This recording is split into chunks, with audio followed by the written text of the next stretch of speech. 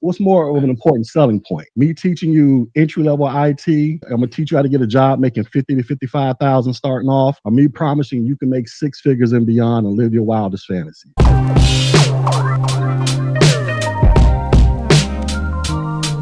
Shout out to Tech G, man. I want to give a huge shout out to Tech G. Thank you so much for sharing my content the other day. I really do appreciate it. So and if y'all here, hit the like button. We got 30 in the box, so hit the like button. Hit the like button. Also, Tech G, I wanted to say I've been watching your videos too, and I think that Lou brought it up earlier. He brought up a point that you made about courses, and also Keep It Techie brought it up as well, talking about how courses can be different for different people because they can relate to different people's the way that they deliver the information. So, Tech G, I don't know if you were watching the live stream all the way through or not, but I wanted to ask, what did you think about some of the points in the video? If you want me to refresh you, I can. Yeah, give me a refresher because I just got back to the house. I was listening on the phone. Gotcha. So a few of the points, right? So the first point being about courses and the worth of them. We can see that there are some people selling courses for $15,000, and then they have boot camps going for $15,000 as well. But what they will do is they will down college and saying that college is not worth or does not have as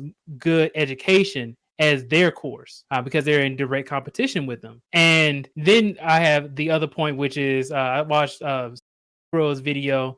He said that college is making more liberals, so the worth of college is lower because there's more liberals being churned out from the machine. And then now we're discussing how there are so many people talking about getting into six figures as like their selling point for getting into tech, but they don't give the actual context that there's so many different avenues of tech and how this is a lifelong career. So Tech G, did you want to talk about any of these topics? Yeah, so let's start with us.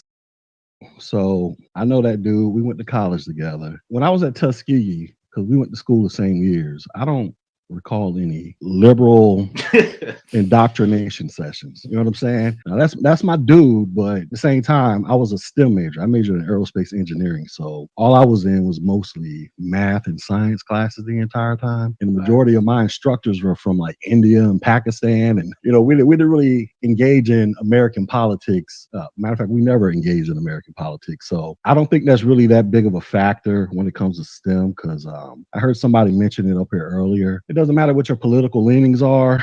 It's just, can you code? Can you protect the network? Can you do this? Can you do that? I think that's, you know, the most important aspect here. And never bring up your politics in the interview.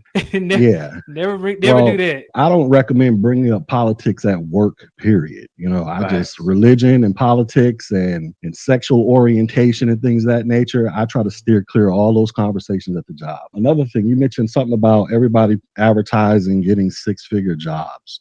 That's because six-figure is the magic number out there, man, that everybody wants to be a high value man or a high value woman. Shout out to Kevin Samuels. But, you know, this is what everybody is into these days. You know, when you consider, I don't know what the numbers are, how many people don't make six figures, but just for you to have the ability to make six figures, you know, a lot of people feel like that's an accomplishment, which it can be an accomplishment, but at the same time, for those who are marketing courses, obviously that is a way to catch everybody's attention immediately. Because I mean, what's more of an important selling point? Me teaching you entry level IT, I'm gonna teach you how to get a job making 50 to 55,000 starting off, or me promising you can make six figures and beyond and live your wildest fantasy. You know, most people are gonna go with the six-figure fantasy. You know what I'm saying? Even though the reality is what I just said first for most people, starting off at 50 and then working your way up. You know, depending upon what lane in tech you want to go to. So that's why I think it's just a marketing ploy. What was the first thing you said about boot camps versus college? What was the question again? Yeah, so they're talking about the worth of a boot camp in a college,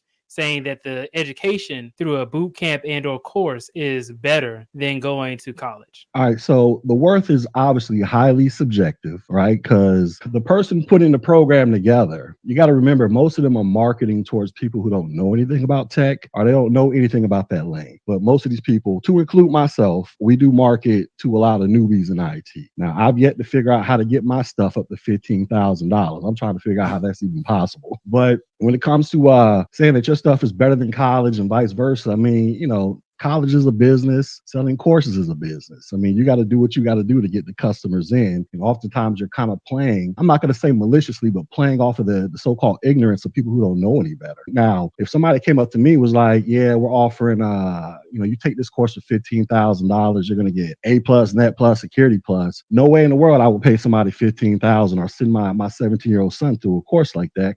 But then again, I've been in tech since for 21, coming up on 22 years, collectively, right? But for somebody fresh off the block who don't know any better, and then they really put their faith and trust into this personality that they see online, especially if that person is, because I know there's some people I see, they stay on my timeline through their Facebook ads and YouTube ads of selling the lifestyle as opposed to selling the curriculum that's going to get you the job. So they'll talk about IT cybersecurity while they're posing in front of a picture of a private jet or a Lamborghini. Well, you got to figure, who are you actually trying to capture here? Are you actually trying to capture the person who genuinely wants to get into IT? Or are you trying to capture the people who just want to stunt on Instagram? See, and maybe that's a thing though, right? Maybe, I don't know. I'm gonna play devil's advocate. Maybe the people who are in tech are lacking in our marketing capabilities. Maybe we're not really so apt to getting all of the you're absolutely correct. Because I've had people say that to me, and I made a video about this like a year ago. Somebody said, how come you're not up here holding up money stacks and showing off your lifestyle? All you do is wear a white t-shirt and sit in your home office with no pictures on the wall. Like, one, I got a whole bunch. Everybody knows I like to wear Jordans, so I can do the Anton Daniels thing and put all my Jordans in the back of my put them on the wall. Put them up. Even looking at our backgrounds. Look at our backgrounds now. They simple, man. Look at all this. We got plants and tech stuff like PBO. Like, I don't. Me personally, as a content creator or course creator, because I create courses, I don't necessarily want to be known as the guy who's trying to sell you the lifestyle. I want to be known as the guy that can help you pass the certification. You know what I'm saying? So that hopefully you can go get the job, and doing whatever you want to do in tech, maybe you can acquire that lifestyle that you saw somebody else advertising. So I think that's an issue. But anyways, the whole $15,000 thing, I mean, like I said, that's highly subjective. It's a couple variables in that, because it kind of depends on what course are you actually going for and what can you expect to get on the other end. So let's just take Salesforce, right? My understanding, I could be wrong, but Salesforce, if you go take their course and get certified in that, I believe it can cost upwards of like $10,000+ to get certified in Salesforce. But once you come out and get certified in that, the job opportunities that exist for that start off in the six-figure range. You understand what I'm saying? That's true. Now, if you're trying to get into cybersecurity and you're charging somebody $15,000 and you're just offering A plus, Net plus, Security plus, and nothing really beyond that, like CEH or penetration testing or CYSA or all the other higher level certifications, then I don't know if the money is really worth it, considering on the other end of that, you're probably going to come out getting a job starting off around $55,000, somewhere in that range, and you're not going to crack six figures, because in order to crack six figures, well, you got to actually put in the work, i.e. develop the experience to prove that you're worthy of, being in charge of some system like that and protecting it from all the bad guys. It's kind of like where certain people in our space advertise these, take my AWS course and you could be a fisherman out there and we'll turn you into a six-figure earner. And it's like, even though the course is free from my understanding, but it's just like, I don't really know how well that aligns, but it might align perfectly for somebody who doesn't know any better. And they're fascinated with the income potential and the possible lifestyle, as opposed to them actually trying to get in there and learn, well, what all do I have to learn to actually be competent so that I can maximize my income potential? But when we start talking about all the nitty gritty things, that's the boring stuff, right?